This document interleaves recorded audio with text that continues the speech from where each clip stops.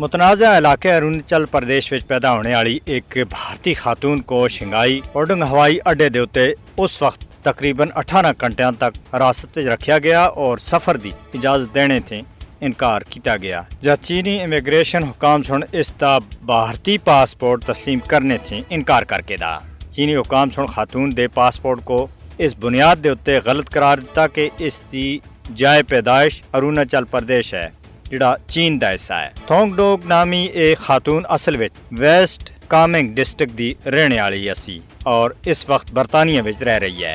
इन्हां को 21 नवंबर को लंदन थे जापान जांदे होया रोकया गया सा। एक दुरुस्त जापानी वीज़ा रखने के बावजूद इसको इसकी कनेक्टिंग फ्लाइट विच सवार होने दे रोकया सा। इसका पासपोर्ट भी जब्त किया सा और इसको मुबैना तौर के उत्ते चाइना ईस्टर्न एयरलाइन का नवा टिकट खरीदने दे वास्ते आख्या सा। थोंगडोंग सुन आख्या के इमिग्रेशन हुकाम सुन इसको आख्या के ओ चीनी पासपोर्ट के वास्ते दरख्वास्त दिया है। उन्हें दाखना सा कि परवाज छुटने और होटल बुकिंग की वजह से इसको बहुत ज़्यादा माली नुकसान का सामना करना पाया।